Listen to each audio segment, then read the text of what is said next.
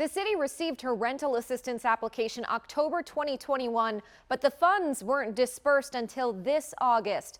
We learned the delays were due to missing information such as signatures and confusion following a change in ownership. However, the process can typically take several months. This is everything of my whole life, 35 years worth of our life here. We had to pack up in a timely fashion and get it out of here. Calyx Wilson packed up her home, put her stuff in a storage unit, and booked a moving truck. I was told to get medications out, anything my kids really needed, anything we really wanted, because once the sheriff and landlord shows up, they would not let us back in to retrieve anything. This mom of 5, who worked at a jewelry store before the pandemic, fell behind in rent. Her landlord applied for the COVID relief rental assistance program, and Calyx said she was approved, but the funds were never paid out. Then in June, she received an eviction notice. It was embarrassing. It was stressful. I mentally was not getting through this.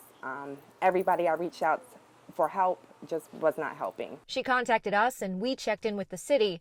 By this time, funds through the program she originally applied for ran out, but the mayor's Office of Children and Family Success identified a different funding source. Within a few days, they sent payment to the landlord. After everything that I've been through and crying and packing and moving, I had to move. I'm moving back in, and it's something that we shouldn't have to go through at all, especially my kids. While Calyx qualified for the assistance sooner, administrative errors stalled the process. We had bought this property from another landlord who, when we started the acquisition process, they had a rental license in place. And when we closed the transaction, that rental license had expired. And we're not perfect. We made an administrative error. Chris Guerin, CEO of Riparian Management, said they renewed the license and contacted the city in March to sort everything out. I think there was confusion in the city's records about whether we were the actual appropriate party to be paying the rental assistance to. The city said there were missing signatures. The back and forth stretched several months. In the meantime, the eviction moved forward. And while the change in ownership created unique challenges, the rental assistance process typically takes several months. According to the mayor's Office of Children and Family Success, the average number of days from rental assistance submission to approval is 132 days. And that's sometimes after a tenant has received an eviction notice. The wheels don't start turning. That's typically true whether it's a city program or a nonprofit or anybody. That's really the evidence of need. During that time, government agencies and nonprofits are trying to triage, focusing on the most urgent cases. The assistance machinery, and we've seen this consistently, regardless of who is actually distributing it, really kicks into gear at the last minute.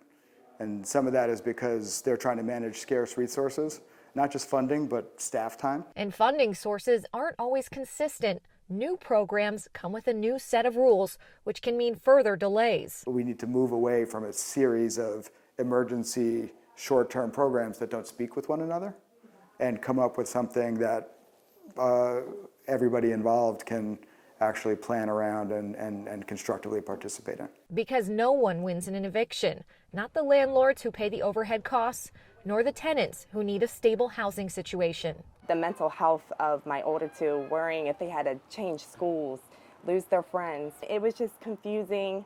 It was exhausting. Like I said, I still have to move, and the amount of money that it costs could have paid for a month or two worth of rent. A spokeswoman with the mayor's Office of Children and Family Success invited us to meet with them to learn more about the rental assistance process and what people can expect when applying for services through their community action partnership centers. And we're working on scheduling a date. I hope you enjoyed that Matter for Mallory. To watch more Matter for Mallory stories, click the box in the corner and be sure to tap that circle and subscribe to WMAR 2 News for quick access to great content posted every day.